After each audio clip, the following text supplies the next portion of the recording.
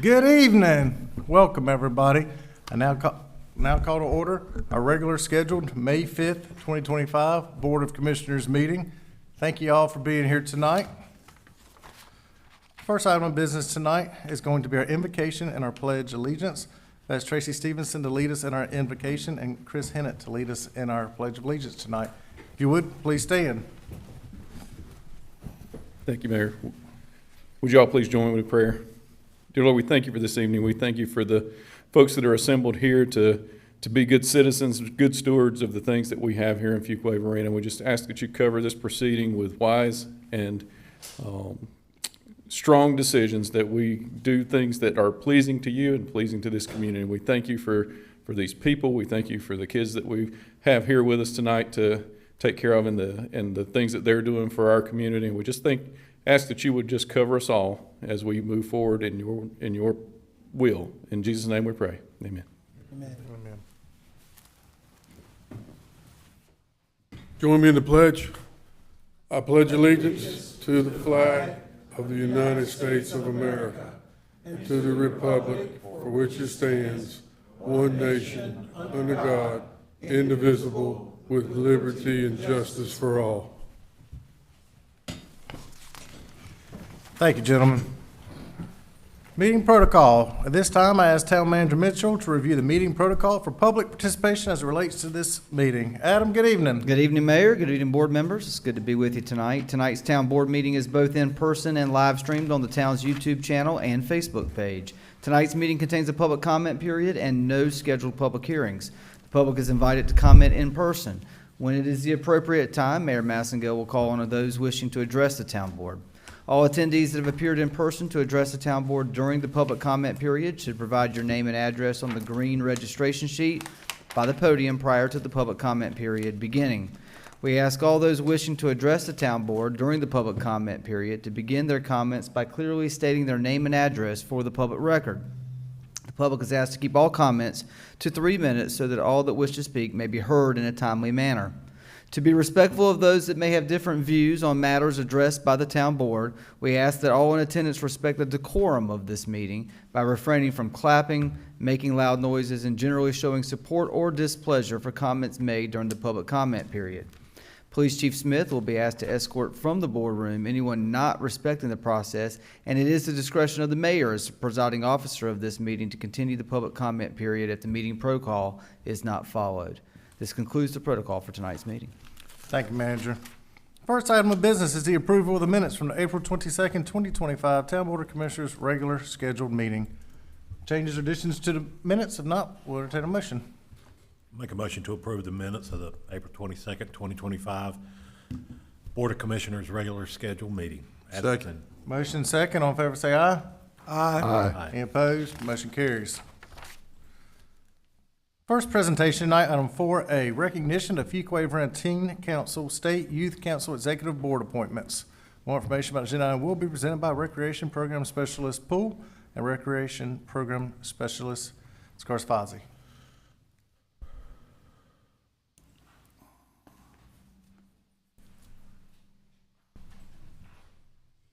Welcome. How are y'all tonight? Good.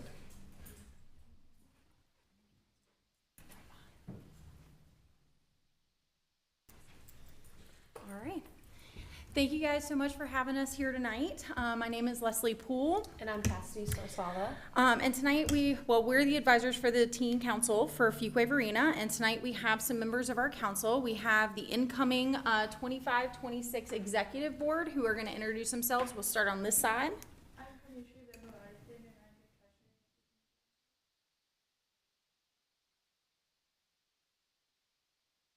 My name is Savannah Kurtz, and I'm the president of the Teen Council. I'm Aiden Kurtz, and I'm the service coordinator. I'm Holden Deventi, and I'm the vice president. I'm Salem Deventi, and I'm the social media coordinator of Teen Council. My name is Keith Kortke, and I'm the secretary of Teen Council.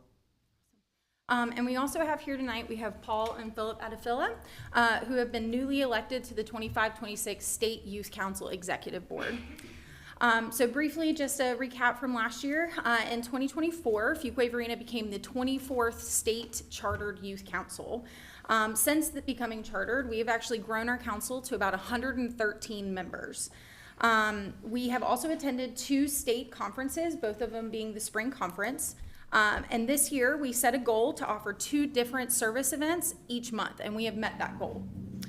Last month, when we attended the annual state conference in Winston-Salem, state executive board elections took place.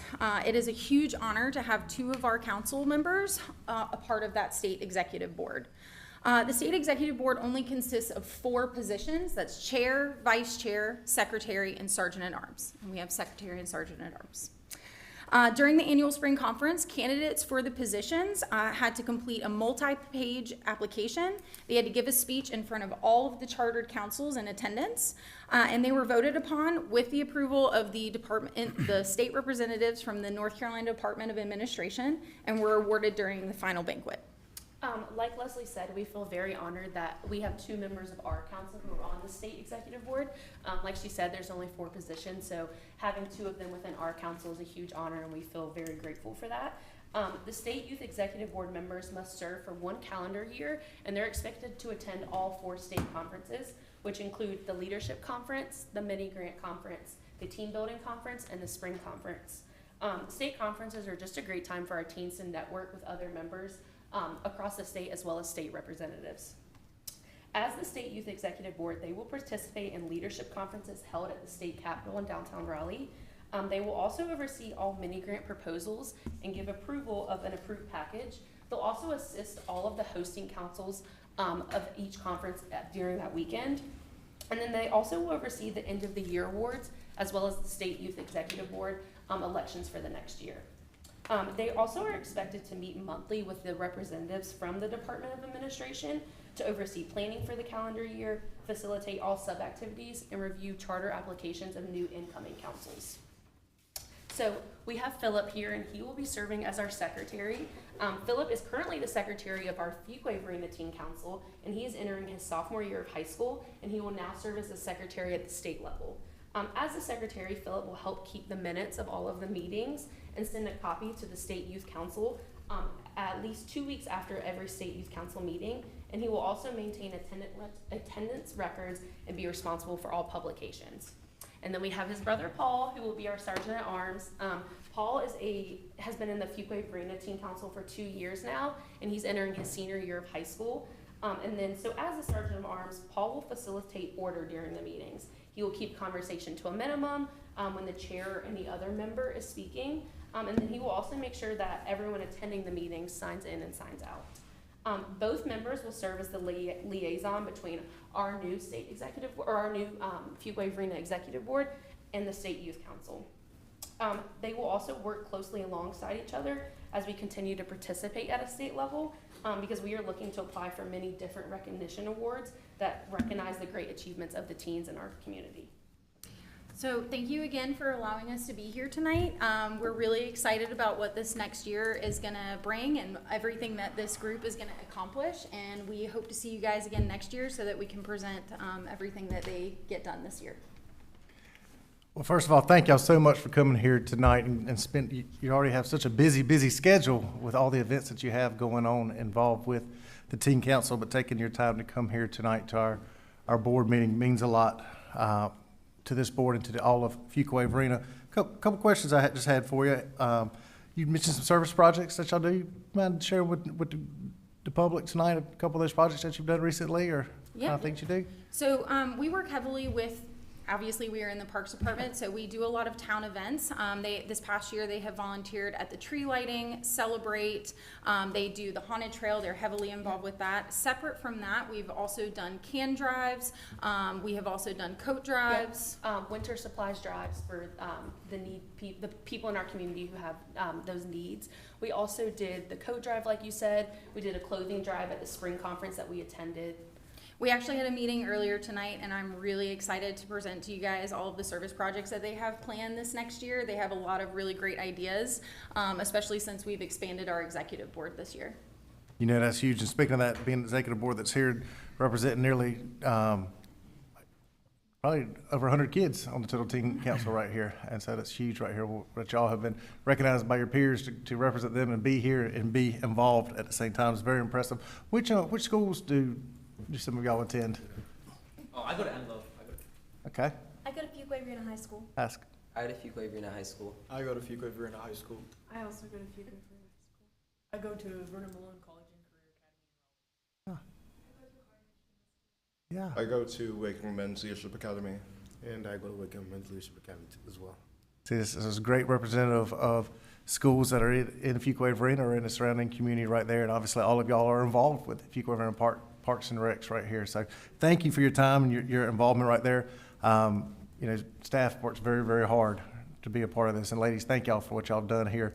You know, it takes a great group of kids willing to do something, but then it takes great leadership from you two ladies right there to lead them and work with them. So thank you for what you're doing right here. And this is shown by the work that is getting done in our community and the great accolades and being a part, getting appointed to the state executive committee right there. So thank you all very much. We love everybody on this board. We'd love for you to come by, and if every one of us could shake your hand, we'd appreciate that, and we'll take a photo together too afterward. Yeah, that'd be great. That'd be great, great.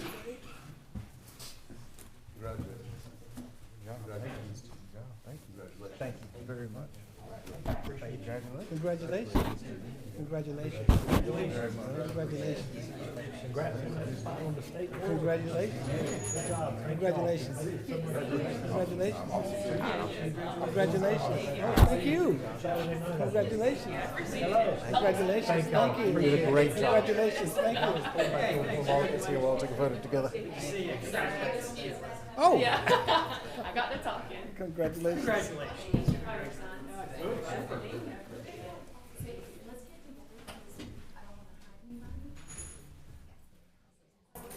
Someone up tall, look at you and me. I know, right? I'm on tippy toes. That's one thing, I'm gonna have to stand on tippy toes. Hold my gut in.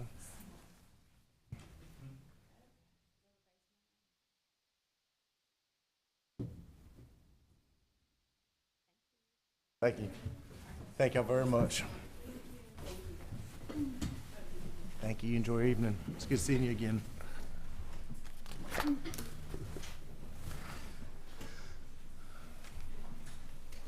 Next item on our agenda, item 4B, and this is recognition of Avis Price with Zira Indian Restaurant. Avis, will you join me up front so I can tell everybody about you and what we're doing tonight? Scott, is the microphone down front working?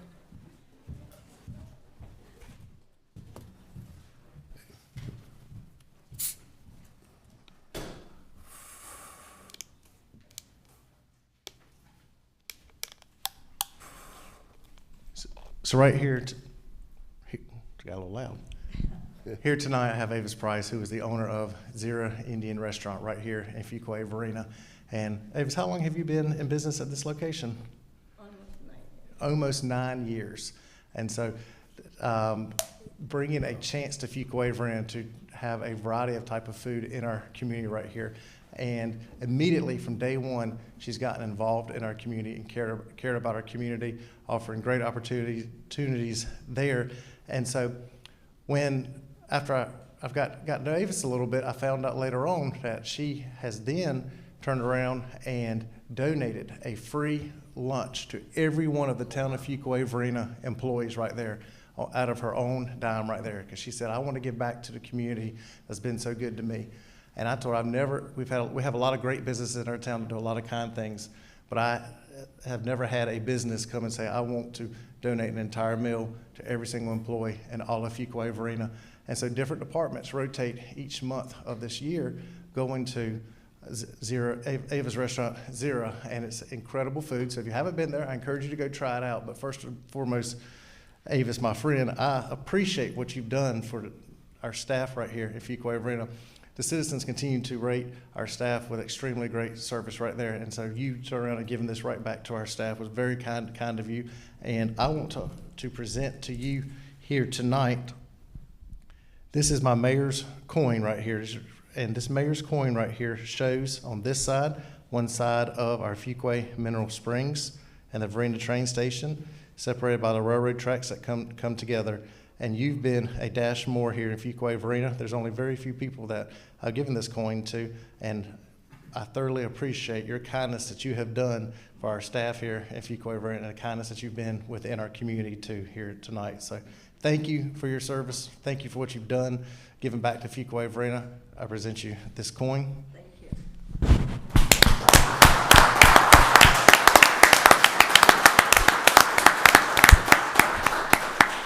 If you never had a chance to test out her food, go check it out. It is absolutely delicious. And I see several one of our employees in here nodding their heads, so they all know that I've had the chance and enjoyed it too. May I say something? Yes, ma'am. I think it goes hand in hand. When we first day we opened, and I've told this story many times, people welcomed us instead of us welcoming them when we have our soft opening. And I still remember the table that Mayor and his wife were sitting, and he was looking around, and I was passing by, and he called me. He says, "That table needs some water." And I said, "Thank you." But from that day, I know that we have selected the right mayor for the well-wishers of our small businesses and have a special space for that. And also want to appreciate some of our public services that I had called on. Our fire department, I had to call a couple of times, and our police department. My alarm went off 2 o'clock in the morning. Here I was, and they were there a few times. So I really appreciate the support that we have, along with everybody just welcoming us. Thank you.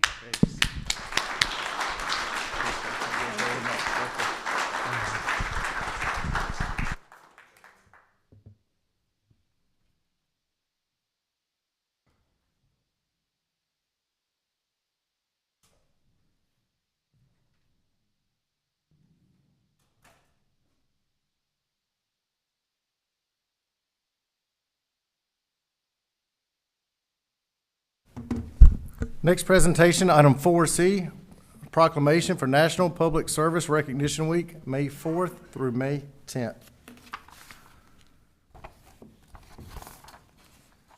I often like to brag on our employees here in Fuquay-Varina, just as I was bragging on them a minute ago about the kind of effort that was made for them there. But our employees do continue to work very, very hard for our citizens in Fuquay-Varina.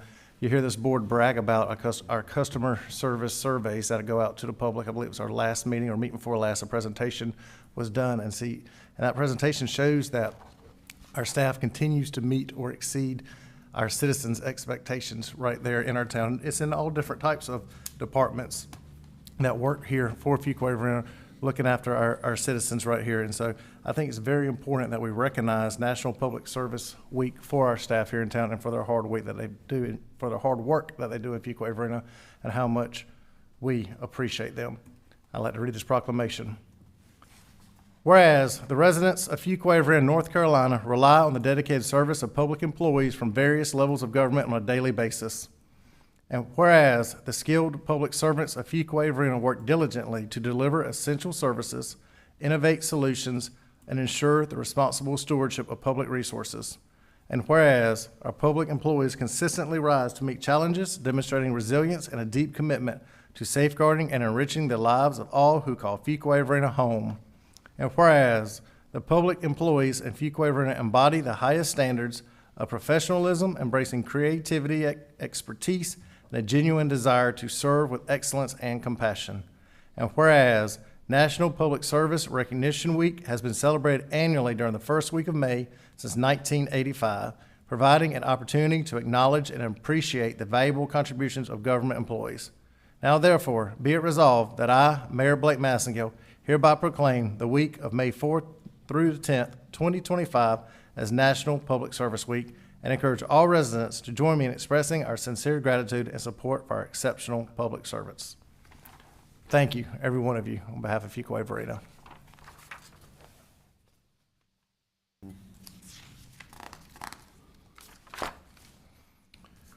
Item 4D, proclamation for National Police Week, May 11th to May 17th, 2025.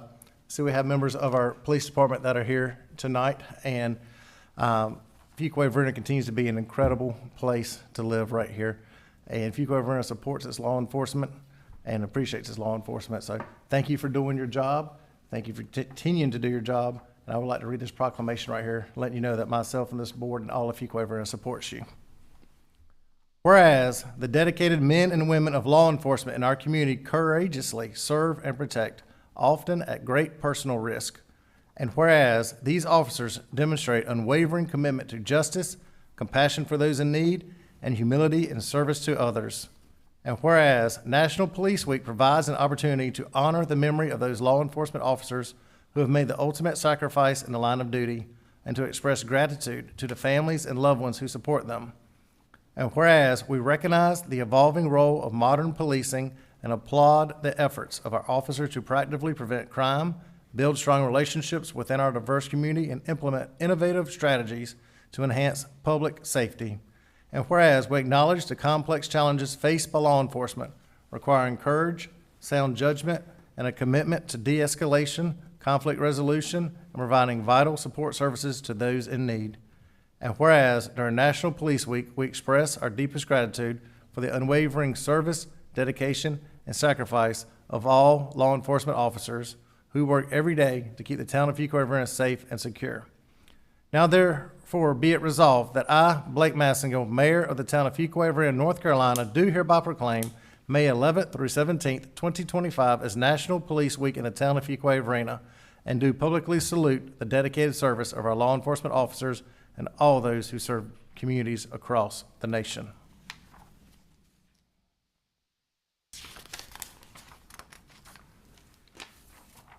Item 4E is a proclamation for Fallen Firefighter Hero Day. We have members from our fire department that are here in the room here tonight, and appreciate you coming here to our meeting tonight, continuing to support our community.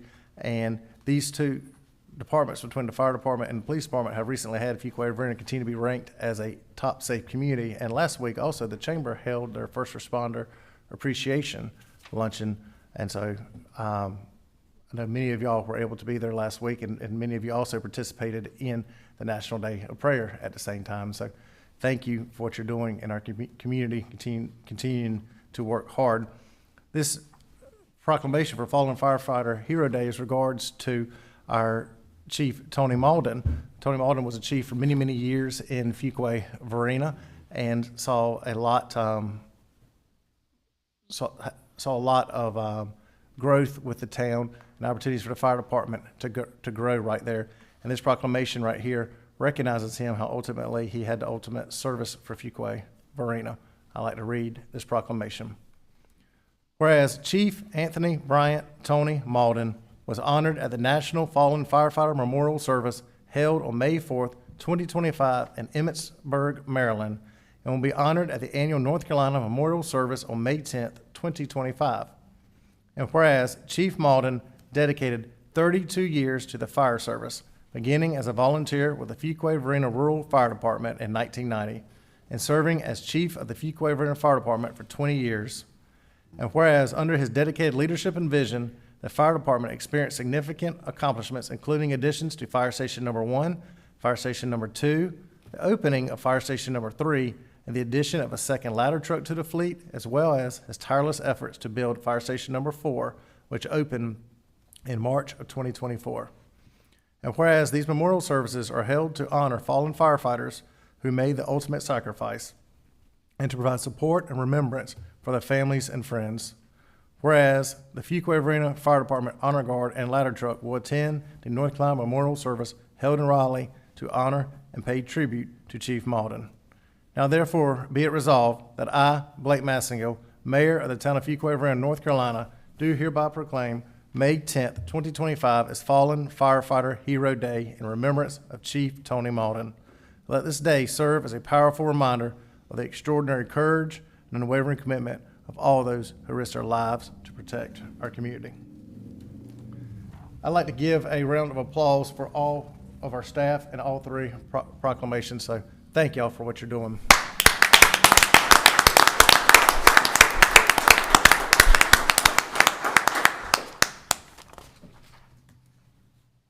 Item 4F is a presentation and employee recognition for Captain Josh Herring of the Fire Department. More information about this agenda item will be presented by Fire Chief Jones.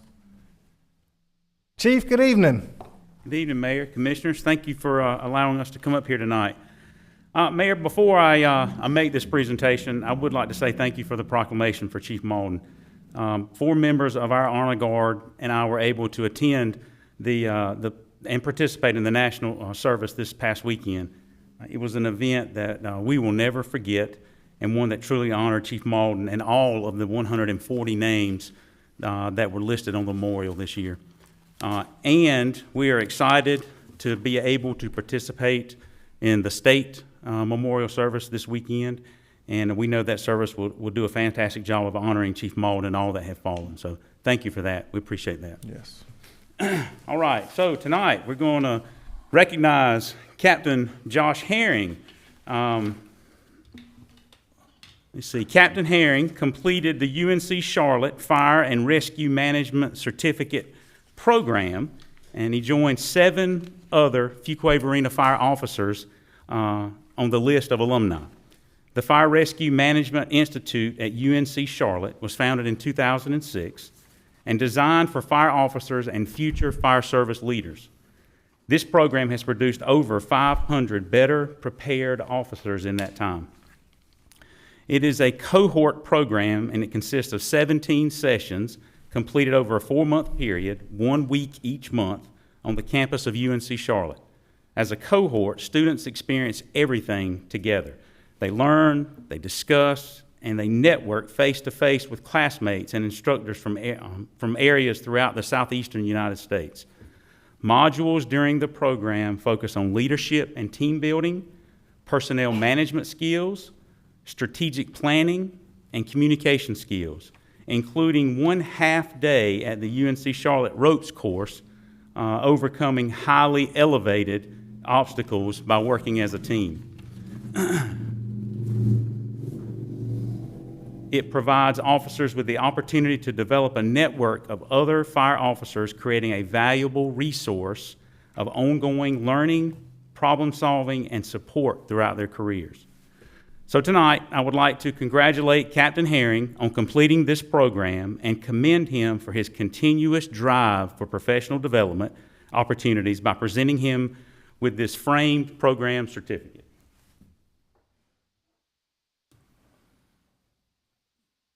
Josh, congratulations and thank you. Thank you.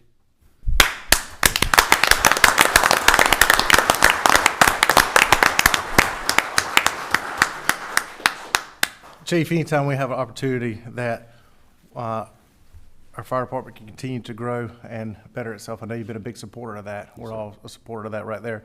The time that it took Captain Herring right here to go to UNC Charlotte 1 weekend a month, as many times you had to go there for 17 different sessions, is a lot of time right there. And so that's appreciated. You continuing to study the latest of fire department, what's we're looking for, fire department techniques, and being able to come back and continue working with your coworkers. They appreciate that. You appreciate that. You're doing a great job here in Fuquay-Varina. So thank you for taking the time to do that. We're very proud of you right here. Would all love to shake your hand and take a picture with you.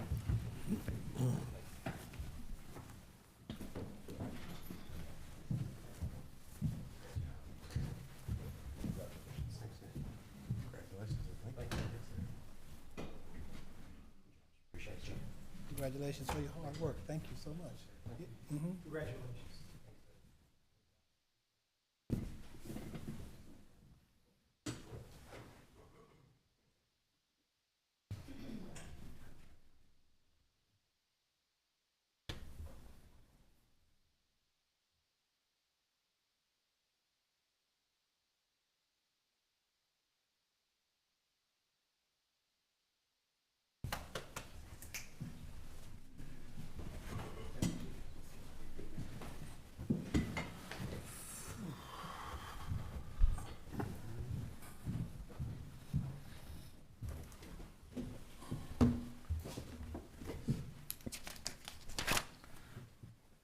Next, item 4G, presentation of compensation and classification report. More information about this agenda item will be presented by Matt Reese with PTRC and Town Manager Mitchell.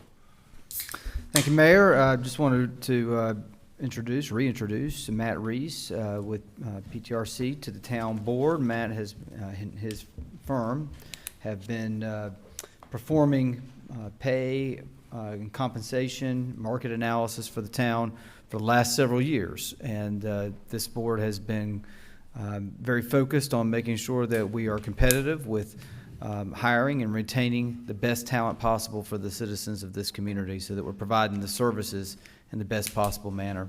And so you have committed to that in the annual budget process. This past year, Matt and his firm have conducted a pretty comprehensive evaluation, getting input and consultation from all of our in-town employees through the pay and classification process. And Matt, maybe you can explain the classification part a little bit to the board in your presentation, as well as the annual market analysis to ensure that we are remaining competitive in the marketplace. So at this time, I'd like to just turn it over to Matt so he can go through his presentation, which is included in the proposed FY26 fiscal year budget. Adam? Matt, welcome. Thank you for being here tonight. Thank you, Mayor. Thank you, Commissioners. I always enjoy a trip to Fuquay-Varina because I get to learn something. Who knew there really is such a thing as a free lunch? So now I'm educated on all of that. So thank you for letting me be here. Let's see if I can get the for the very hard-working staff. Absolutely, absolutely, indeed. So let me get to the bottom line for you right quick, right? That what we're here to ask is for $566,000 allocation to improve the market position overall from 103 relative to 106, and that's looking at 175 different benchmark classifications, right? So that's where we are. The process that got us there is this. And what this chart is really telling you is that the hard work was done by those folks that perhaps availed themselves of a free lunch. The first part that you see there is the written description questionnaire. And so that's where your staff takes about a 13-page questionnaire and boils down all of the things that they do on a regular basis and puts that into this questionnaire. That was followed up with an interview with one of the analysts from PTRC, and that's an opportunity for your staff to stomp out our ignorance about what's going on in Fuquay and how folks go about solving problems in their jobs. What are the skill sets that they're using? What are the kinds of resources that they are? What's the availability of their supervisor to help them solve problems? How do they interact with coworkers on that? Now, it's all about the job, not about performance, but that's what that process is. And then you can see the next part of that chart is where it splits into two different ways of going about completing the analysis. One is a market-driven analysis that you see there on the left, and the other is an internal equity job content emphasis. We use that. The reason for that is because really Fuquay is a small holding company. You've got everything from police to parks and rec, all in the same pay plan. You've got a variety of classification series, a 1, a 2, a 3, et cetera, that's there. The market's not necessarily always going to recognize that nuance, and it's especially not always going to put it into one pay plan. So having the job content emphasis allows us to make the judgment calls that are sometimes needed on that. If we were in a more narrower set of occupations, then perhaps the market emphasis would be the best. But we use the job content.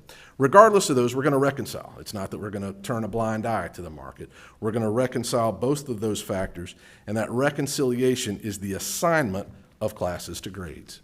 The assignment of classes to grades is being assigned to this table. So it's very important to remember, right, that all of this market interpretation that we're doing, all of the classification process, the job analysis to say, what is this job? If we picked up this job and dropped it into Holly Springs, would it function and operate in a similar kind of way, therefore establishing a benchmark classification? And then taking all of that, we're going to come back and put it into this table in this chart that you see. So that's really important to understand that that's what we're trying to do, is to come back and make a recommendation to you on a grade. So now that we've kind of got the process down, let's look at what's going on at the macro level. So this is a chart that shows job seekers to job openings. It's a labor market supply chart that's put out by Department of Commerce. And really what you're seeing, if you go all the way to the right side there, right, with the green line being job openings and the purple line being job seekers, that we've been kind of flat in this one-to-one relationship for about 18 months now, right? So we've had some stabilization, if you will, in that labor market, which is a good thing.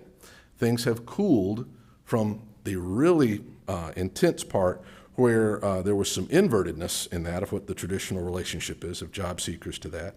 It panned out a little bit there in 23, 24, back to a slightly more normalized relationship, and then it's tightened back up to this one-to-one.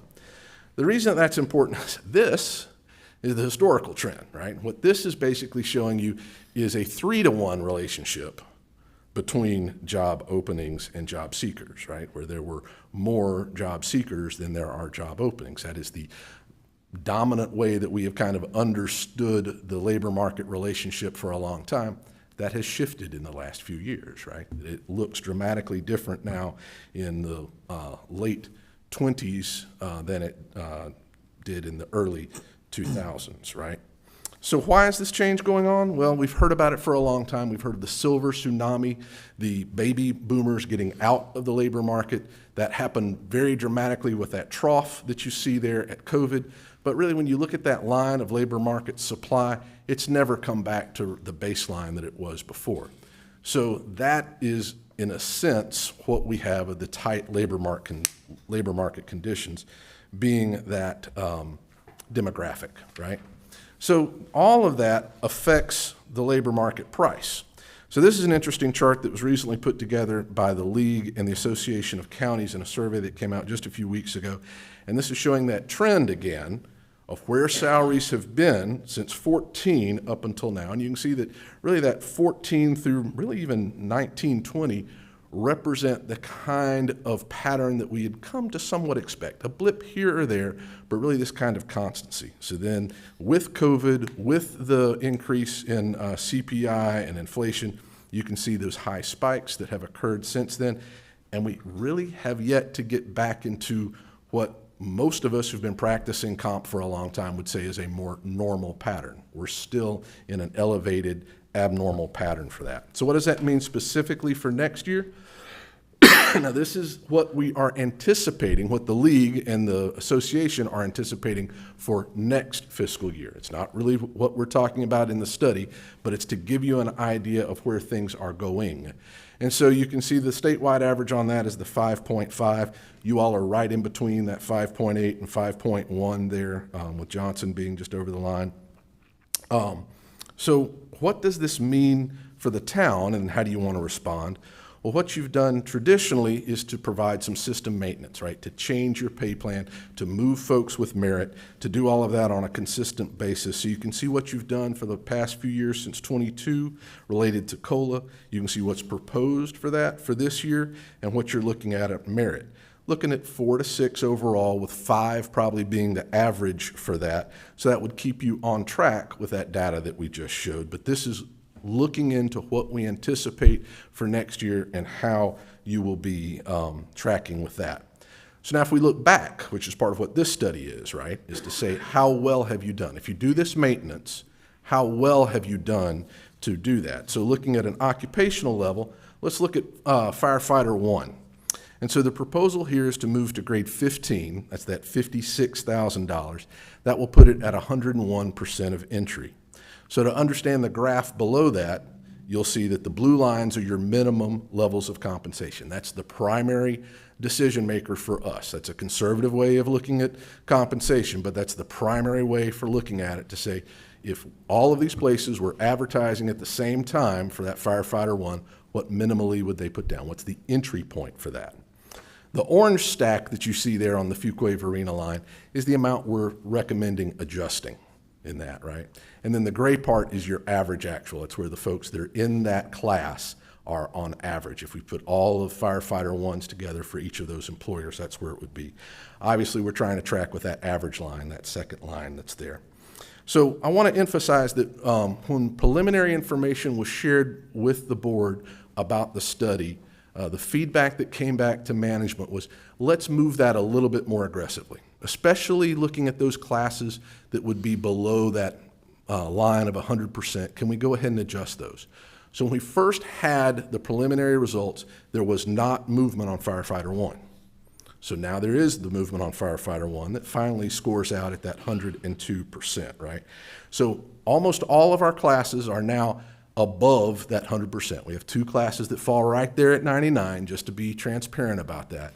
But all of the classes, generally, all of the occupational families are well above 100% in that. So that has been a good market placement between that. So there were 23 classes specifically that needed to move with that.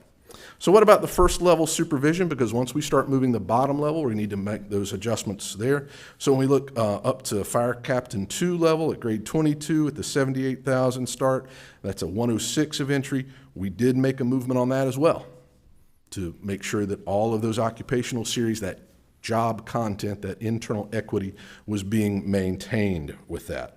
So if we move from fire protection to law enforcement, this is where we are at police officer 1 at the $58,000, 105% of entry.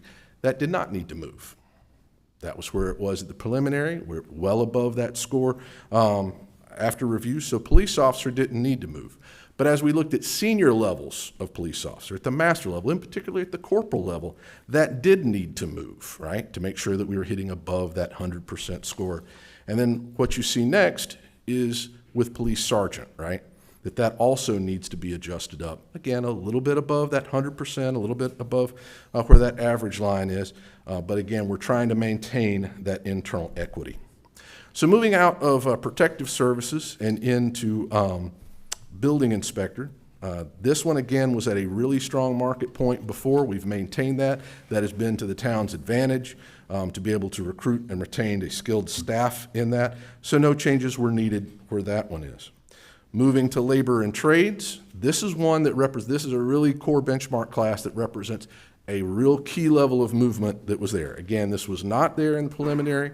After the feedback that came back from town council to be more competitive with that, moving that up to grade 12, that 102 of entry point, and that represents a shift in a variety of classes in all of those occupational families in labors and trades that are done. So now that we've kind of got an idea of what's moving, let's talk about how that movement is done. How do we move from the old to the new, right? So if we've got a street maintenance worker that's currently at grade 8, and that is moving to the grade 9, right? Each of those grades are 5% apart. Then we're going to move both the grade and the incumbent 5%. That's called a full implementation. That's really sort of the gold standard in these sorts of implementations to do. It is important to note, though, that you see the red line that's there, so we are capping at 105% of that midpoint, right? So then we really won't. You don't mind? Please, please, please. Okay. On the current street maintenance worker and 8 and 9, are you talking about making that adjustment at the minimum? It would, yes, it would be. Go ahead, I'm sorry. It would be for the assignment of the class would move from grade 8, which is that minimum of 40,000 up to 63, to that new assignment of 41 up to 66. And the grade would change as well? The grade would change as well, and then all of the incumbents that are classified as a street maintenance worker 1 are moved up 5%. Okay, all right, thank you very much. Absolutely, great question. It's capped at the midpoint, right? Or at 105 of the midpoint, slightly above the midpoint. The reason for that is for that latter part of the pay range to really be preserved for the merit system, right? To really recognize those performers that are moving along, to try to keep some of the integrity. We're fine for there to be some compression, some putting of folks together at the midpoint, because that represents a really strong market position, usually about 115% of market average. So we're usually pretty good about where that is, but we do want to preserve that upper end of the range for the merits. So what we want to talk about next is that this is part of routine maintenance, right? We've talked about that this is looking back. We've talked about what we suspect is going to be happening in the future. So this is part of a process that you've had going on since 21-22. We were scheduled to do a market study this year. We took it a little deeper and did the class analysis with that. A few classes were changed with that. And then 25-26, the assumption is that we would move back to a market study and that you all would want to continue that process. But again, that's part of you to confirm and provide direction back to the manager on. So then just get back to it real quick. It is a $566,000 ask to move from that roughly. What are we getting from that? We're moving from 103 to 106 in the market. As I mentioned briefly before, 4 positions were reclassified in that. A few are just simple title changes. A few others are more substantial title changes to recognize the work that's being done in that and improve that. Overall, we looked at those 75 benchmark classes out of your total 175, moving from 103 to 106 on that. This implementation that you have before you continues the implementation that you've consistently used to move folks along so it maintains that internal equity that you've had. I am happy to turn over the reins at this point to Adam or to respond to any questions you may have. I understand. Thank you very much. Adam, do you have anything you want to add for comment? Yes, sir, Mayor. First of all, Matt, before you take questions from the board and I make a few additional comments, can you briefly just, for the board's benefit, remind them what the difference between a market analysis is and a pay and classification study? Sure. So that's a good question. So with the market analysis, we come into it and we assume that all of the titles, all of the jobs are correct, and that you're going to provide information to us, and we're not going to challenge any of that. We're not going to look into it deeply. In a classification and pay study, as it's traditionally called, we're going to take that a step further, which is the questionnaire interview process, the contemplation of changing titles, changing grades, to say, look, this is the, we think that this is a better class title, a better description of what's going on. Now, that's looking internally. So it's not to say, oh, well, this is what Raleigh calls it, so you should call it that too. No, it's to say, okay, what is the job that's being done here? And in particularly, is the job that's being done here something that's already in your existing pay plan and needs to be adjusted to that other one? Or is there an internal relationship that needs to be captured? Most of the changes this year were about title changes to make better convention use of that. There were a few to be sure that they were capturing in the appropriate market, that they had a title that didn't really match with the market as much.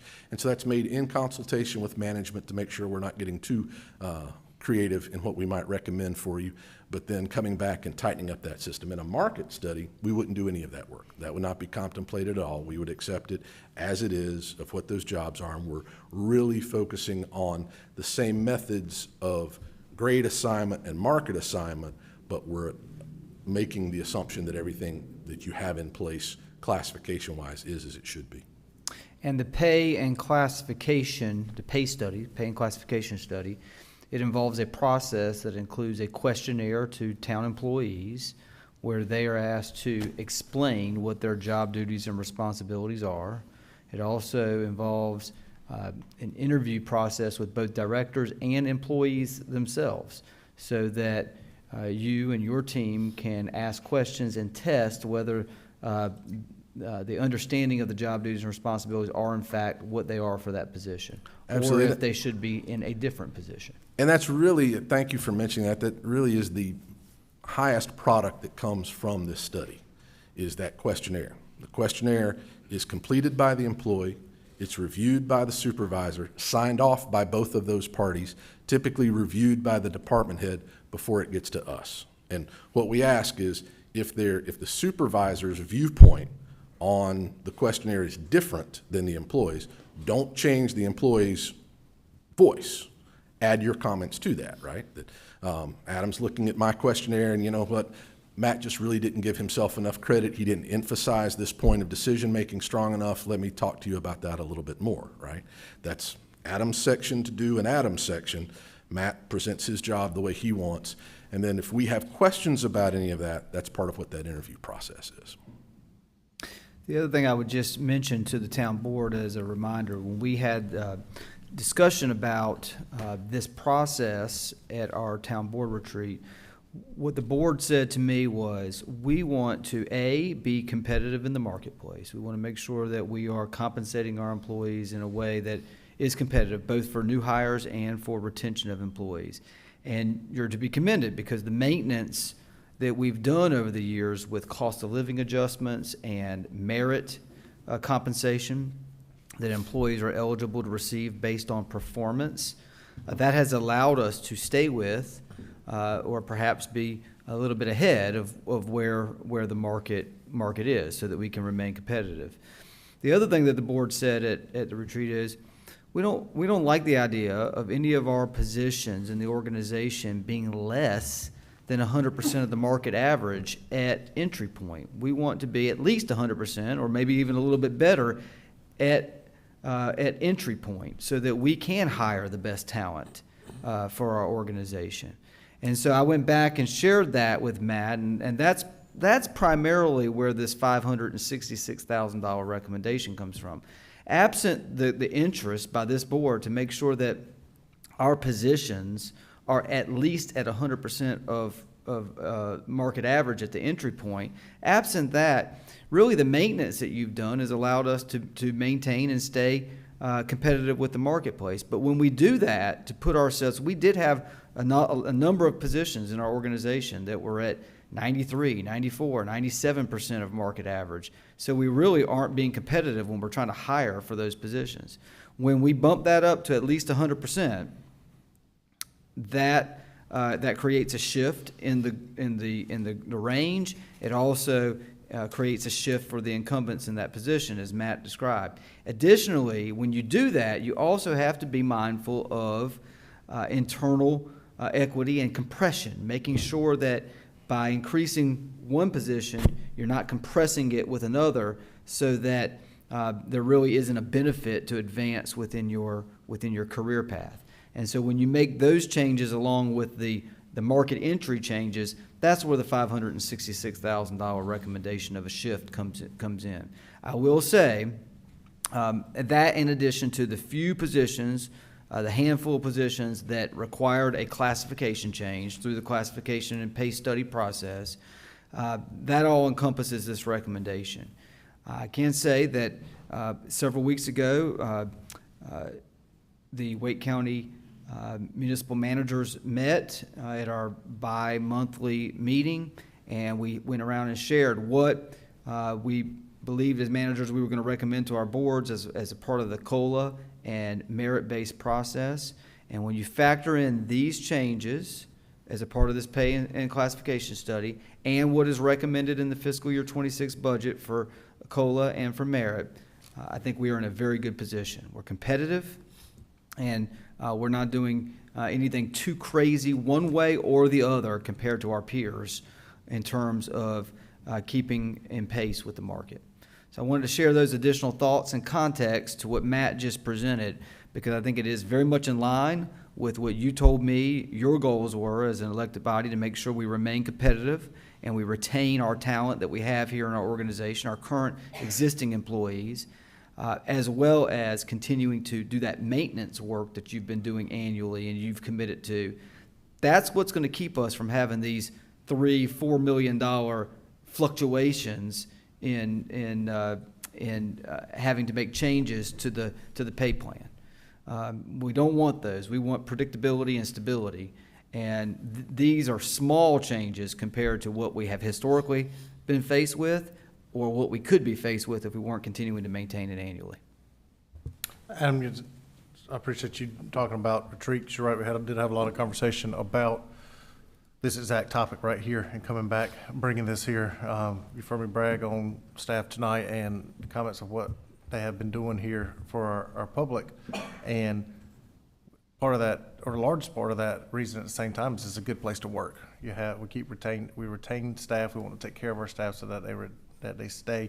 The cost to hire, train, and get someone part of a culture that's not involved, or it may have came from a different culture somewhere else, is very expensive. And so our view has been to, we want you to retain our staff right here, and we want to reward our staff and keep the pay competitive too. So I think this plan comes back, and it's the information that we need and what we're going to continue to need. I know here shortly coming up, we'll have a budget presentation which will incorporate this portion of that. But we continue to take care of our people right here. And so I appreciate you also updating the classification, if I get the right term, right, classification, once you're able to dive into that and see that area need to be reclassified and the pay adjusted for that. And so that's good right there. And Adam, you mentioned a minute ago about in the past, it sometimes has been a bigger number. And that's exactly right. I remember 5 years ago when the date he showed up here, when we first started this, it was a substantial more to get in line with where our staff needs to be at. So thank you for that. All right. Thank you, sir. Thank you. Thank you. Now for where the rubber hits the road with it all. Item 4H, presentation, fiscal year 26 operating budget and 5-year operating and capital plan. More information about this will be Town Manager Mitchell. Adam? Thank you, Mayor. So historically, up until a couple years ago, this has been a pretty lengthy hour, 2-hour presentation, and we have significantly condensed that over the last few years to the benefit of both the public and the board. It's not that we don't have the content in detail available to the public. We absolutely do. But for the purposes of efficiency in this meeting, it's a more abbreviated presentation. Of course, on April 15th, we went through a almost 4-hour presentation in the public budget workshop where we got into a lot of detail. So thank you, Mayor, for that. So this is the fiscal year 26 operating budget and 5-year capital plan, operating capital plan presentation. The purpose, again, of this agenda item is for the board and the public to receive a presentation on the fiscal year 26 budget and consider scheduling a public hearing for May 20th, 2025. Again, on April 15th, the town's governing board received a presentation regarding the preliminary draft recommended fiscal year 26 budget. A balanced budget and 5-year operating and capital plan were presented along with identified human resource needs, facilities, and capital equipment to maintain service levels. The addition of customers and in-town infrastructure has increased workload demands on town staff, necessitating the proposed inclusions in the fiscal year 26 operating budget. In addition to receiving an abbreviated presentation tonight, you'll be asked to take action to schedule a public hearing for May 20th of 2025. I believe that's our meeting, May 20th, by the North Carolina General Statutes, along with the pre-budget public hearing that the town traditionally holds during February. The opportunity for pre-budget public input was provided on the Let's Talk FV community engagement platform. This opportunity will continue through May 20th. Public input was considered in the development of the fiscal year 26 budget. And if you review the budget message, which will be provided online and has been provided to the town board in your budget books and budget materials, you'll see a heat map that will give some of the greater details to what the public comments were during the budget process of what the community's greatest interests are with inclusions in the budget. I'm recommending that the board schedule the public hearing for May 20th as required by general statute. And during this hearing, the public will have an opportunity to offer last feedback and input to the board prior to your consideration of the adoption of the budget in the first meeting of June. Between May 6th and May 20th, the public will have the opportunity to review the budget on the town's website and offer any additional feedback and input. The fiscal year 26 recommended budget totals $76,565,157. The 26 recommended budget does not include a property tax rate increase or a change in solid waste fees. And there is a full fee schedule that will be provided online as well as with budget materials for the public inspection and review. The utility fee schedule proposes several changes, including a 15% increase in water and sewer base and volumetric rates. This is consistent with the rate model that was completed in previous fiscal years to generate the additional revenue needed to cover the cost of water supply, wastewater treatment, and debt service associated with many major public utility infrastructure investments within our 5-year plan. The fiscal year 26 recommended budget does include an increase to the sewer system development fee based on a system development fee study that was completed this fiscal year to assist in supporting the expansion of wastewater infrastructure. The updated system development fee analysis report has been posted for the required 45-day public review period. A public hearing is recommended to be scheduled on that as well for May 20th with the goal of adopting the final recommendations on June 2nd. The 5-year operating and capital plan is balanced. The 5-year plan does not identify the need for any tax rate increases. The 5-year plan does anticipate the need for water and sewer volumetric rate increases every year to offset the anticipated supplier increases and to cover the cost of debt service required for additional water and wastewater capacity for system users, which is consistent with our utility rate model. The plan includes the targeted addition of personnel, capital equipment, and capital projects to match the pace of growth and is consistent with the direction set by the town board at the strategic planning retreat and in the town's 2021 to 2025 strategic plan. The 5-year plan also takes into consideration recommendations from various town master plans and studies. So instead of presenting the budget again in great detail like we did on April 15th at the budget workshop, I and staff are presenting to you tonight a budget video which highlights what is included in my recommended budget. Both the budget video and detailed fiscal year 2026 recommended budget will be made available for review on the town website beginning tomorrow morning. So without further ado, I'm going to turn it over to the budget video.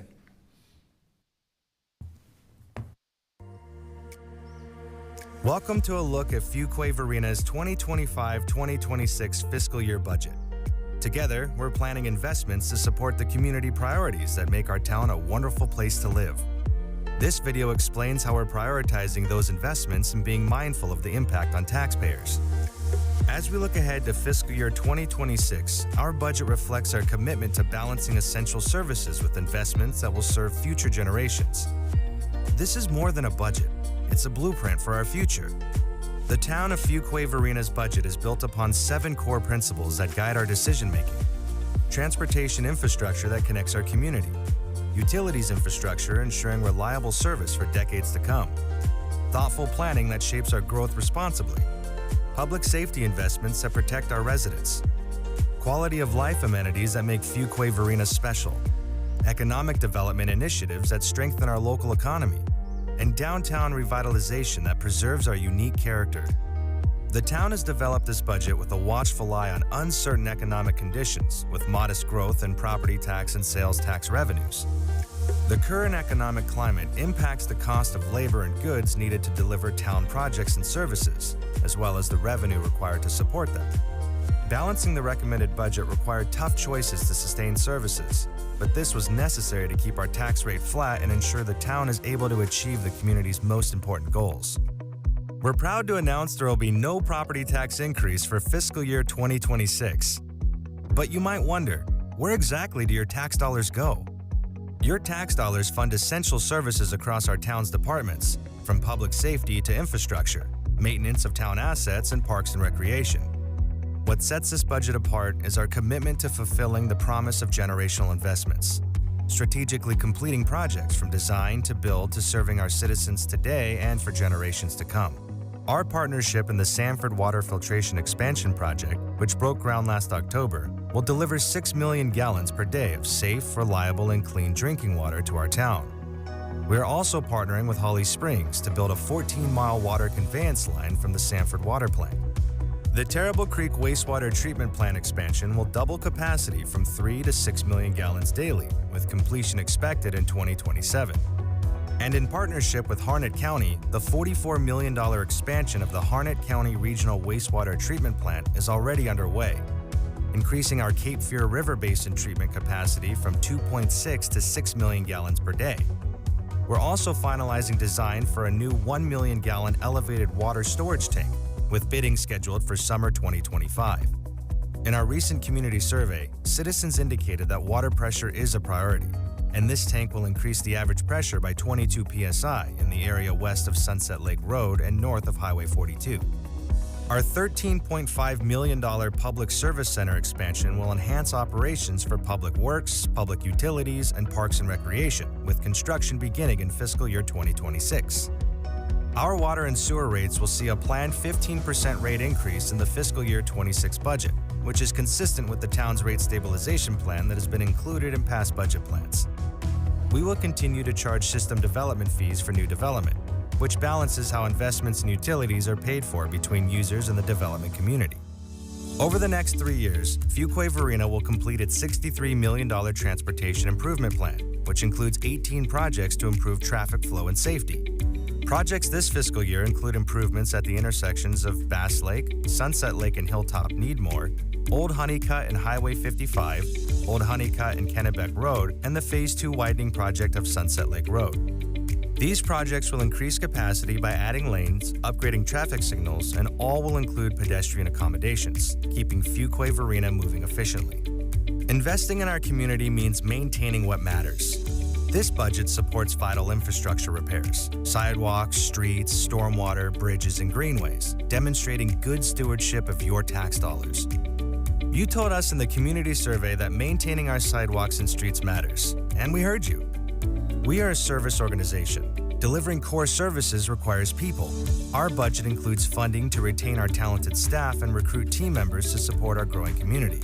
We're investing in the equipment our departments need to provide excellent service, from public safety vehicles to maintenance equipment. And we're proud that the Hilltop Needmore Town Park Community Center opened under budget, ahead of schedule, and with less tax impact than originally projected, a testament to our commitment to fiscal responsibility. According to our recent community survey, an overwhelming majority of residents rate our town as a dash more, and we're committed to maintaining that standard of excellence. This year, we'll begin design renovations at the South Park Community Center and advance several park and greenway projects. The Alston Ridge Greenway will begin construction this year, connecting Fuquay-Varina to Holly Springs Bass Lake Park, expanding our network of greenways. We're also making improvements at several parks across town. As Fuquay-Varina continues to grow and thrive, our budget reflects our values: fiscal discipline, strategic investment, and a commitment to quality of life for all residents. The fiscal year 2026 budget is our roadmap to a vibrant future, building on our past success while investing for generations to come. Thank you for telling us your priorities and being part of our community's journey. For more information, visit fuquayvarina.org/budget.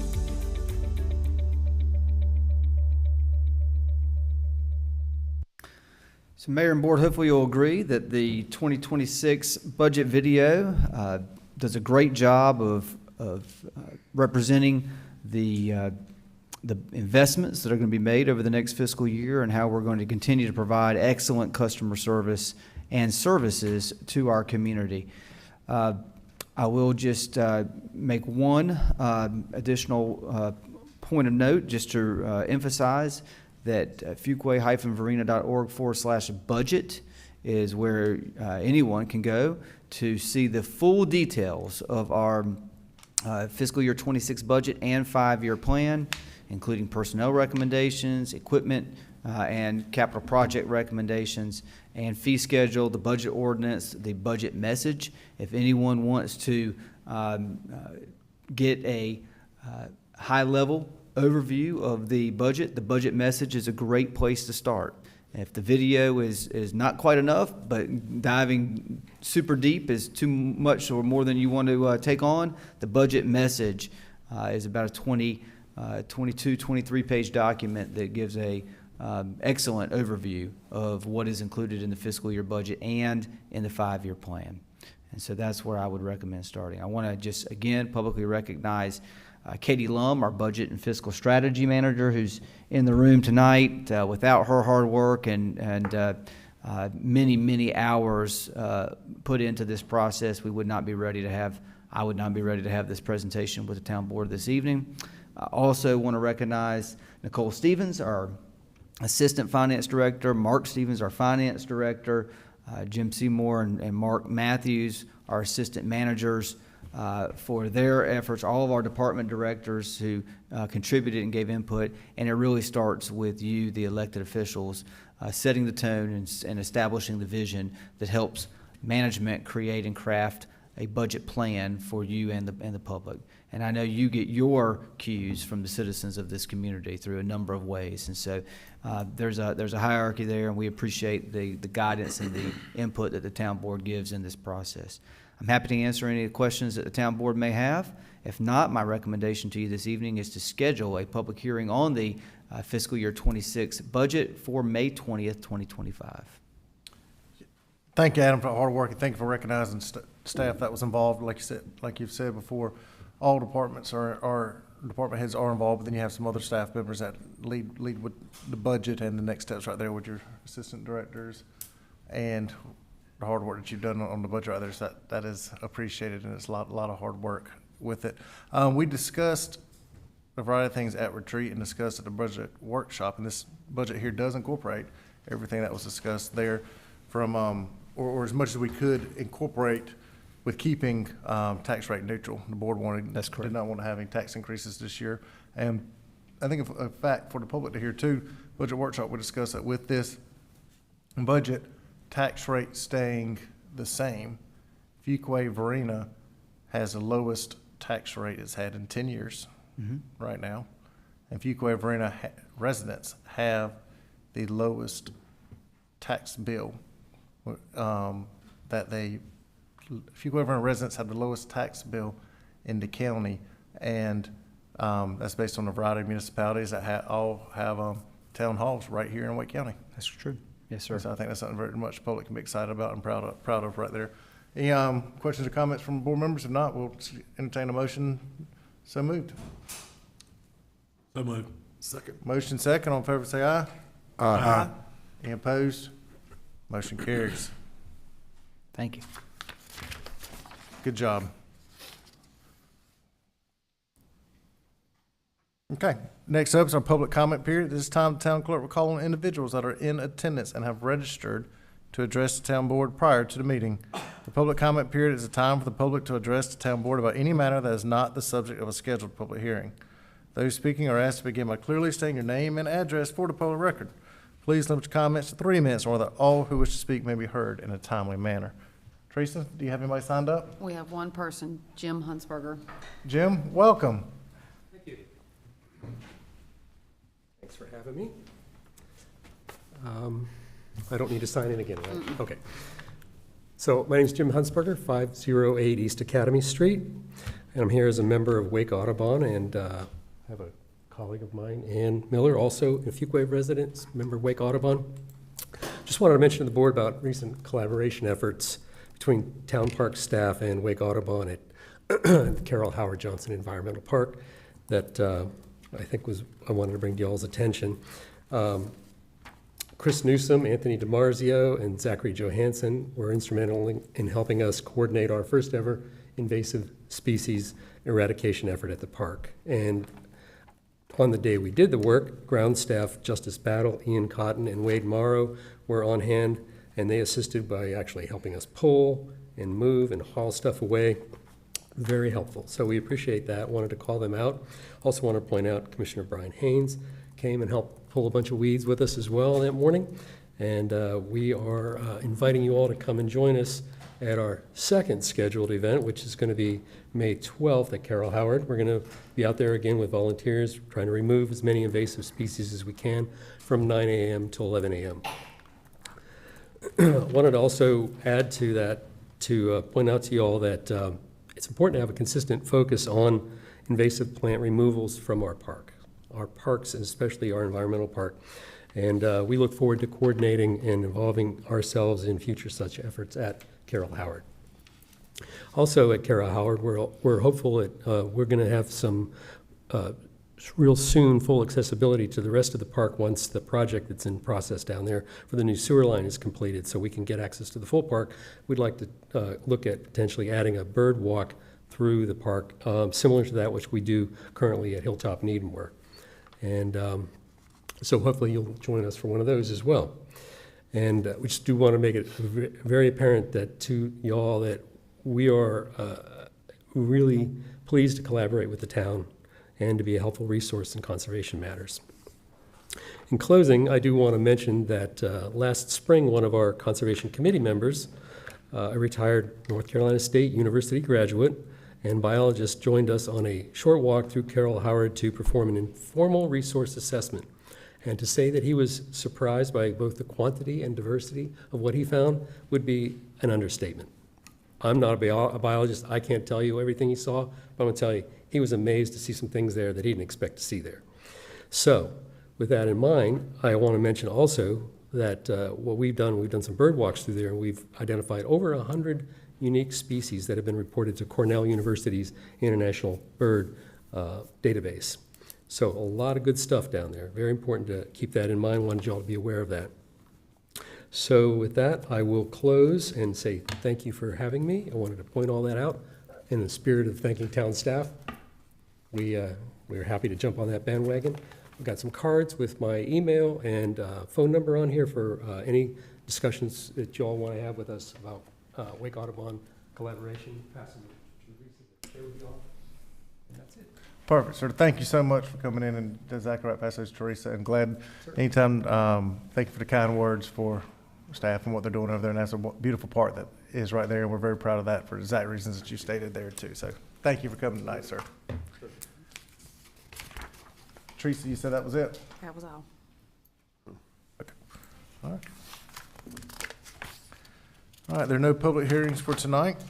However, there is a consent agenda. What is the board's pleasure on the items on the consent agenda? Make a motion to approve the consent agenda as presented. Motion to approve. Motion second. All in favor, say aye. Aye. Any opposed? Motion carries.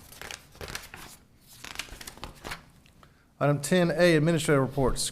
Scope and fee proposal, Police Department needs assessment and feasibility study. Good evening, Board. Hope everyone is well. The purpose of this agenda item is to consider award of a contract with Architect Design Group for the Police Department Needs Assessment and Feasibility Study project and authorize the town manager or his designee to execute the contract. At the April 7th Town Board meeting, the Town Board selected ADG as the best qualified firm to complete the Police Department Needs Assessment and authorize staff to negotiate scope and fee. The proposed contract defines a scope of services that includes a detailed spatial needs assessment, a preliminary technology review, a site analysis, conceptual architectural site master planning, conceptual building design, and an estimate of probable development costs. The proposed fee for the scope is $117,780, which is consistent with industry norms and for feasibility and needs assessment services for public projects of similar scope.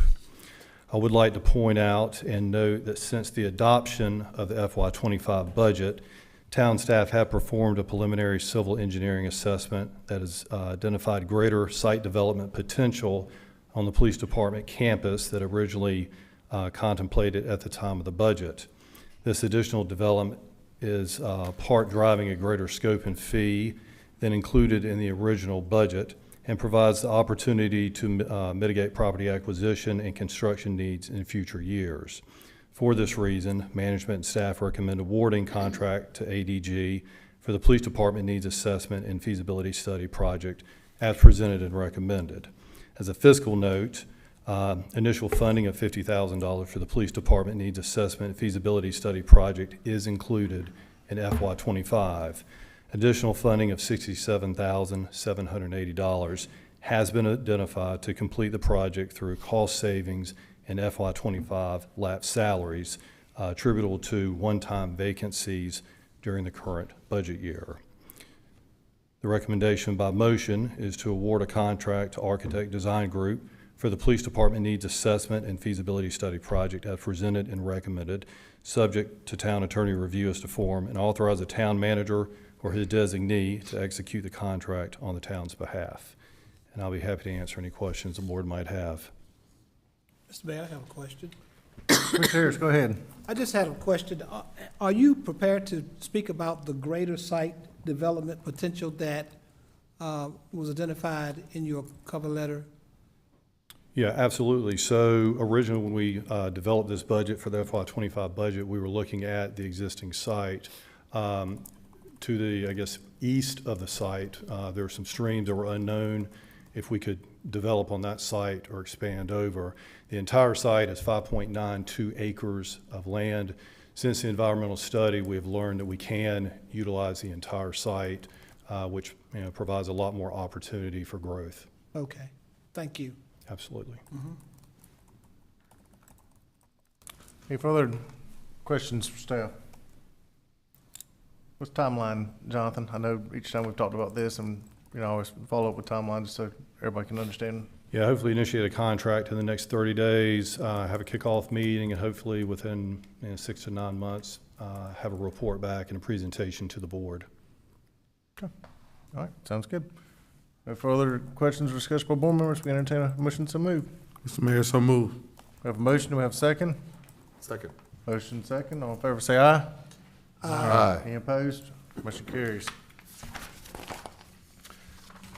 All right, other business, 11A, managers report. Thank you, Mayor. A few things to mention to the board this evening. Since our last meetings, as it pertains to public utilities, the water line replacement project that is occurring here in downtown is positively progressing on West Academy and Main Street. Public utility staff and the contractor are safely and slowly navigating around several unknown and unmarked utilities. So that's a challenge, but it is moving forward. I also want to mention out of public utilities that Kyle Price was promoted to the distribution crew leader, so we want to congratulate him on his career advancement. Paul Wise with our inspections department passed his level 2 plumbing state exam. He's now a level 2 inspector for the town, so we want to congratulate him on that career advancement as well. We had nearly 100 employees that volunteered for the annual employee litter sweep event that was held on Friday, April 25th. Over 1,200 pounds of litter was collected from the road right-of-ways here in Fuquay-Varina, and 10 miles of a road stretch were addressed by our staff. So we want to thank our employees, we want to thank the engineering department for leading the effort on that. Our engineering department staff worked very hard. Jennifer Mitchell and team worked very hard to plan and prepare for this event, so we want to give them some credit for that hard work. Allison Wiley in our planning department completed the UNC School of Government Community Development Academy and passed the final exam, making her the third planner on staff to have successfully completed this intensive course. The course covers the concepts, methods, strategies, and practical skills of community development. So we want to thank and congratulate Allison on taking the initiative for that. We were involved and participated in an exercise for the Sharon Harris nuclear plant on April 29th. Several town departments, police, fire, IT, communications, public works, public utilities, management took part in the graded Sharon Harris exercise, a drill that tested emergency response procedures alongside other town departments. This exercise was monitored by FEMA, and the town received overwhelmingly positive feedback on its structured approach and level of preparedness. So I want to thank and acknowledge all of our staff that participated in that process. Chief Jones and Chief Smith and all of our staff that was a part of that. It's important in the event that we ever need to activate and put that into practical action. And so to prepare for that and demonstrate that is very important. The first annual Hoopin' with a Cop event was held at the Herbert Akins Road Middle School. The police department's basketball team faced off against the Herbert Akins Road Middle School team, providing an entertaining matchup that ultimately ended in defeat for our police department. Those middle schoolers are tough. Despite the loss, everyone had a great time, and the department is already looking forward to next year's event. This is a way that we build relationships in our community and connect with the youth in our community. On May 10th, the police department will host its 4th annual mental health resource event in the Walmart parking lot. This will be from 10 a.m. to 2 p.m. This is an important community outreach effort that aims to provide valuable resources and support to individuals and families affected by mental health issues. The police department invites everyone to attend and take advantage of this opportunity to connect with local mental health services and organizations. This weekend, several members of the Fuquay-Varina Fire Department traveled to Emmitsburg, Maryland to attend the National this weekend they will attend the National Fallen Firefighters, or they did, excuse me, memorial service honoring Chief Anthony Tony Malden, Fire Chief Jim Jones, along with Captain Sean Freeman, Captain Sean Tripp, Engineer Josh Sorrell, and Firefighter Michael Conniff from the Fire Department Honor Guard took part in Saturday's candlelight ceremony and memorial service on Sunday. Certainly, Chief Smith left a lasting and long legacy with our community and our fire department, and it was an honor for our fire department staff to be up there while he was being recognized. Public Works Director Tracy Stevenson has been involved in several Campo efforts over the last few weeks. Work is currently ongoing with the LAP Steering Committee and the 2055 MTP development process. Also on May 14th, Tracy will be representing the town and region in a meeting of transportation and public safety officials to support Campo's blueprint for safety. So thank you, Tracy, for your involvement with these important efforts through Campo. Parks and Rec hosted last week's food truck rodeo and Follow Me to Fuquay-Varina concert with a great crowd. The spring Follow Me to Fuquay-Varina concert series concludes on Thursday, May 15th with the Breakfast Club. If you like 80s music, you'll like that. And it's very noteworthy what I'm about to mention to you here next. The Hilltop Needmore Town Park Community Center project reconciliation meeting took place with our general contractor Edifice. That took place today, and as you know, the project finished on time, ahead of schedule, but also within budget. And the final credit and savings to the town is $766,829.34. That project came in under budget.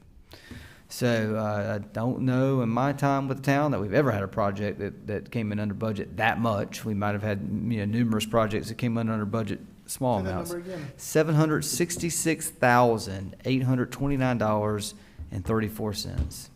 And so we are in the process of doing the final closeout paperwork right now to bring that project to a conclusion. It's a good project overall. Great experience with Edifice contractors. I would say this is a model project for the town. Jonathan, right? Weren't you involved? Yeah. Oh yeah, Jonathan was absolutely involved in this process, and thank you for recognizing him. Thank you for recognizing him. Yep. Maybe Edifice is going to bid on the next project, didn't we? Well, they have been the selected contractor for our public service center expansion project. Yeah, that's what I thought. Yes, sir. So hopefully they'll do a good job on that too. That's our expectation. That's right. Yeah. As it pertains to the Art Center, the dance team is having a successful season. Community Theater wraps up their season with this weekend's performance of the Swing Time Canteen, and summer camps are available for registration, as are our summer classes, if you know of anyone who's interested. A lot of events have happened in the last couple of weeks. We've had 2 Follow Me to Fuquay-Varina concerts. FEDA had their dinner in downtown, the Battle of the Badges, the food truck rodeo I mentioned before. We have first responders lunch by the Chamber of Commerce, National Day of Prayer. We've had a lot of activities going on in our community that I know many of you have been to. The mayor and I also attended the Harnett County Commissioners Workshop meeting last week, where there was a agenda discussion on fluoride in the drinking water, and which you of course know we purchase our drinking water from Harnett County as well as other suppliers. Both mayors and managers from Fuquay-Varina and Holly Springs attended that meeting. Ultimately, the Harnett County Board of Commissioners decided to table this matter indefinitely, as they acknowledged that they did not have enough information to make an informed decision. So we appreciate them taking that action and moving forward in that regard.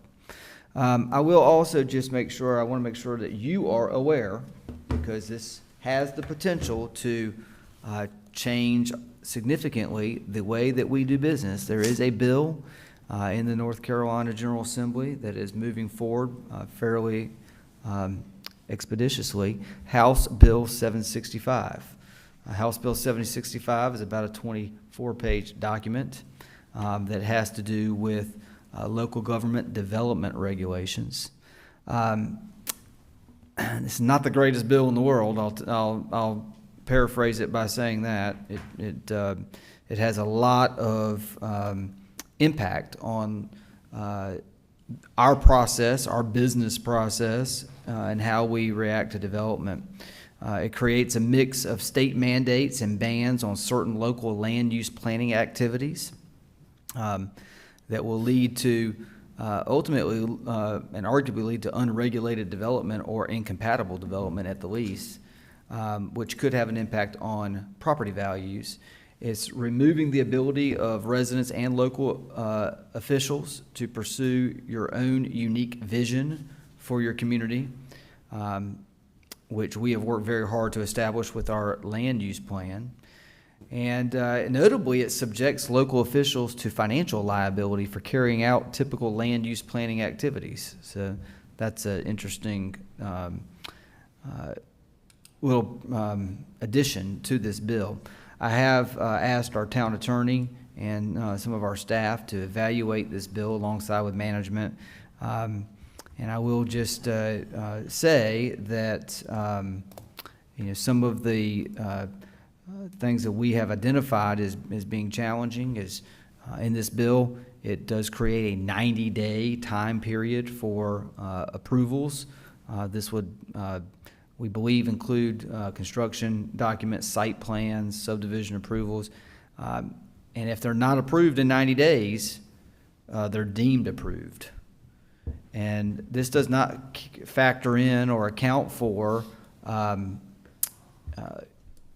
what we frequently experience, which is revisions and resubmittals of plans, and having to go through a process of reviewing many of those at one time because we are a fast-growing, busy community. So that's going to be a challenge if passed in its current form. No design standards for roads is a part of this process. We've spent a lot of money and a lot of time on roads in our community. If this bill passes, we will not be able to have road standards any greater than what is required by DOT.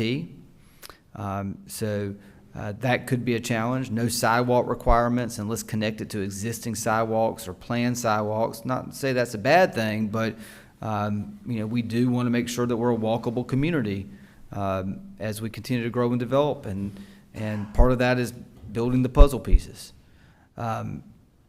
There are 5 dwelling units per acre would be a right moving forward.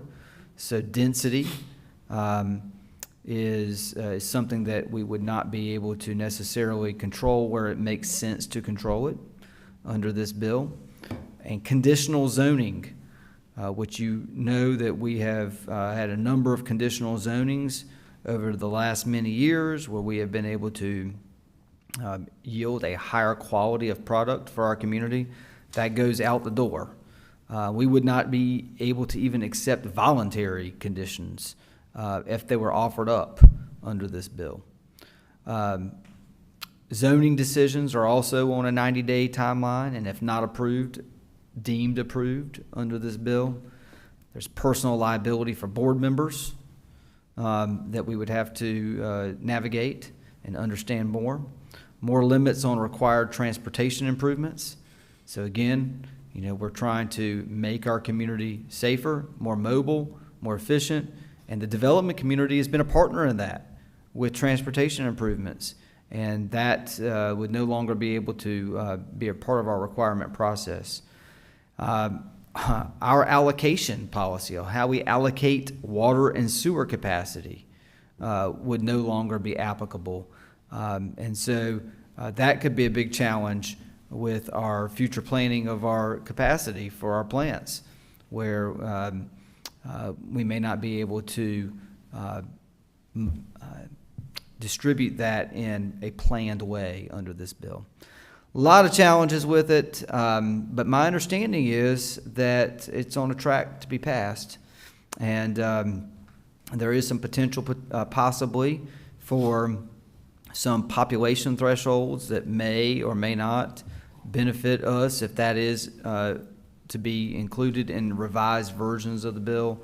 But the way it's written right now, until a revision is actually seen, it's going to change the way that we do business as a community, and it's certainly going to change your ability to ensure that development meets the vision that you've established as a board, and that we've gotten community feedback on. So I just want to make sure you're aware of that. House Bill 7065, if you're interested in digging deeper into the details of the 22-page bill, that's the bill number to look up on the North Carolina General Assembly's website. With that, in addition, there are a few events coming up that's included in your agenda. Coffee with a Cop at McDonald's on Wednesday of this week from 9 to 10 a.m. Again, our last fall meet at Fuquay-Varina concert of the spring series, the Breakfast Club, May 15th at 6:30. And with that, Mr. Mayor, I'm happy to answer any questions that you or the board may have. Any questions or comments for staff? Not, we'll go to board member comments. All right, Commissioner Harris, any comments? Yes, Mr. Mayor, briefly, I just wanted to make a few comments. This past week, the North Carolina League of Municipalities had its City Vision Conference, and I have been involved with the league over the last 5 years as a member of the board, and that accomplishment comes from the support here of our former mayor, our board here, our town manager and staff who have supported my tenure on the board, where I was first appointed as 6th district representative and then second vice president, first vice president, and eventually president. And I remember one of the outstanding things at the initial swearing in was a great video that the staff made in reference to congratulating me for the position. And I want to just remind the staff that I was sincerely appreciative of your effort, and that meant a lot to me and my family at that time. Being on the board as president of the board has been one of the highlights of my life as a public servant.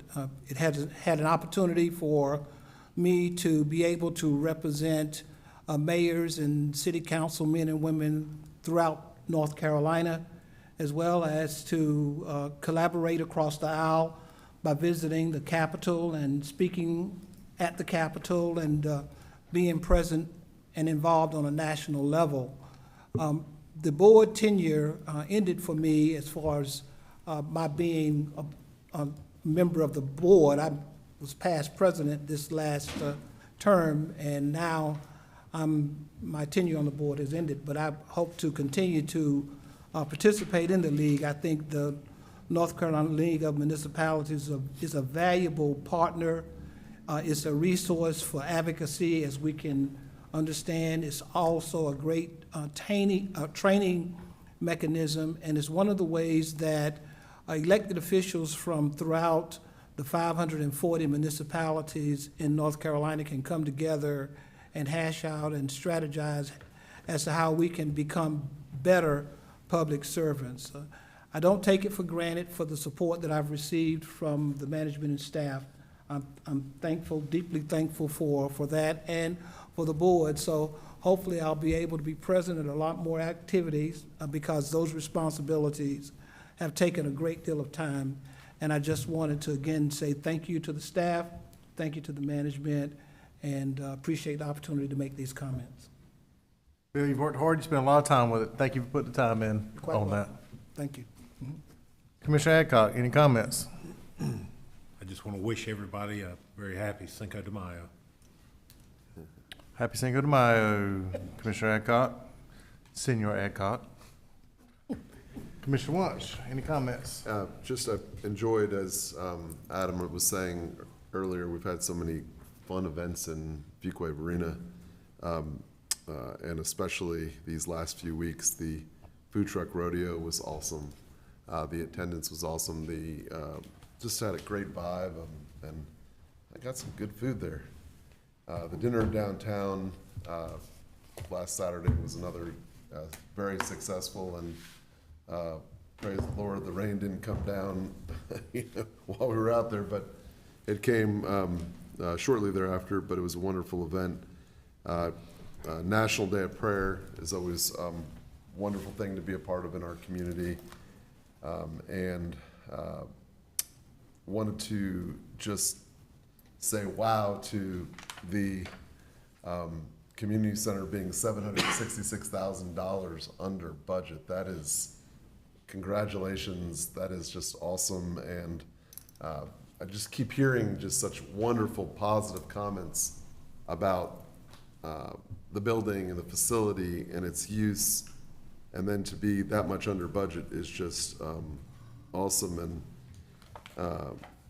finally, on a personal note, I wanted to invite everybody to my wife and I took a step back in time with a house in Fuquay-Varina, and in the downtown, and we're having our ribbon cutting for what's called Yesterday in the Quay, a 50s, 60s, 70s theme house on May the 13th at 12 p.m. And it's exciting to have a business now in the town of Fuquay-Varina. I've been in Lillington for so long, for 24 years, so it's nice to have something here, and that'll be, again, on May 13th at 12. And those are my comments. Thank you, Mayor, and again to everyone for making a wonderful budget. Thank you, Commissioner Wunsch. Commissioner Haynes, any comments? Yes, sir, Mr. Mayor. I was thoroughly excited about the teen council. One, just to hear the number of kids who are joining the teen council. I've attended a few of their meetings and see how many kids are showing up for those meetings with enthusiasm. And now to have 2 state officers is definitely amazing. I mean, 2 of the 4. That's awesome to be from the town of Fuquay-Varina. So that was amazing. Dinner and Depot, actually one of the teen council members was actually volunteering at the dinner in downtown as well. So that was amazing to see that as well. I did miss a few events last week due to being at the North Carolina League of Municipalities. When I was walking through the exhibit or vendor hall, I looked down and I seen it all the way from the beginning of the door, and I seen Bobby Construction, and at the top of their informational stuff was Fire Station number 4. So that was amazing to see that in that arena. So that was awesome. And also just when you go to the North Carolina League of Municipalities and you're conversating and fellowshipping with so many elected officials from all over the state, it reminds me of how good and amazing our staff is. You know, from top to bottom, just you hear so many issues and other things that are going on in a lot of these towns and things they're struggling with, from management to police departments to fire department and everything. And it makes you stick your chest out a little bit more, because it's like we don't have those issues. So it's just amazing to hear those things and see how, even going to all the workshops, seeing how we're working hard on so many different levels. So that just reminds me of how amazing our staff, and not just our staff, but our board is. When you talk to so many other elected official boards, just hearing how amazing we work together to get stuff accomplished. And also the food truck rodeo was amazing. I think the setup was awesome, just the flow of how the food trucks were on the outskirts, and then the band, and a lot of people said the food was really good. I tried a few different things I hadn't tried before. So it was a good event. So that's all I have, Mr. Mayor.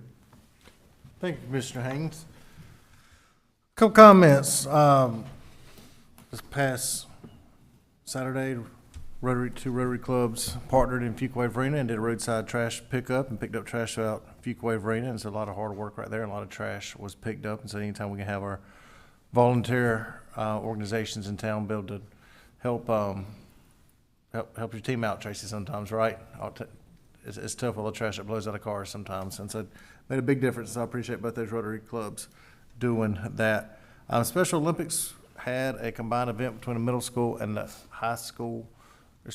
middle school and high school aged kids at the high school last week, and that was a really good event. I know that departments of the town here were involved with that, and it really meant a lot to those Special Olympic kids. In fact, I received a letter from one of them here tonight thanking everybody that was involved with it, and had one Special Olympics kid that sang the national anthem, and then one that led in the pledge. And so it's really good and very heartwarming event right there.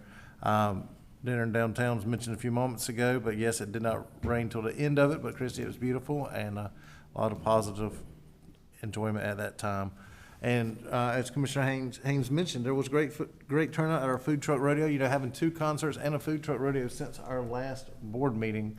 Jonathan, I know y'all been busy with that right there, and the other departments that are involved with it too.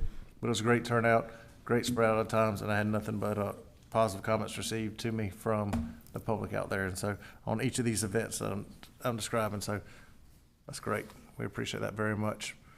Manager, you have a recommended closed session tonight? Yes, sir, Mr. Mayor. A closed session is recommended pursuant to North Carolina General Statute 143, 318, 11A3, attorney-client privilege, and A5, property acquisition. All right, we're going to take a motion, so move. So move. Second. Motion second, all in favor say aye. Aye. Aye, all right, we'll clear the room and get ready for closed session.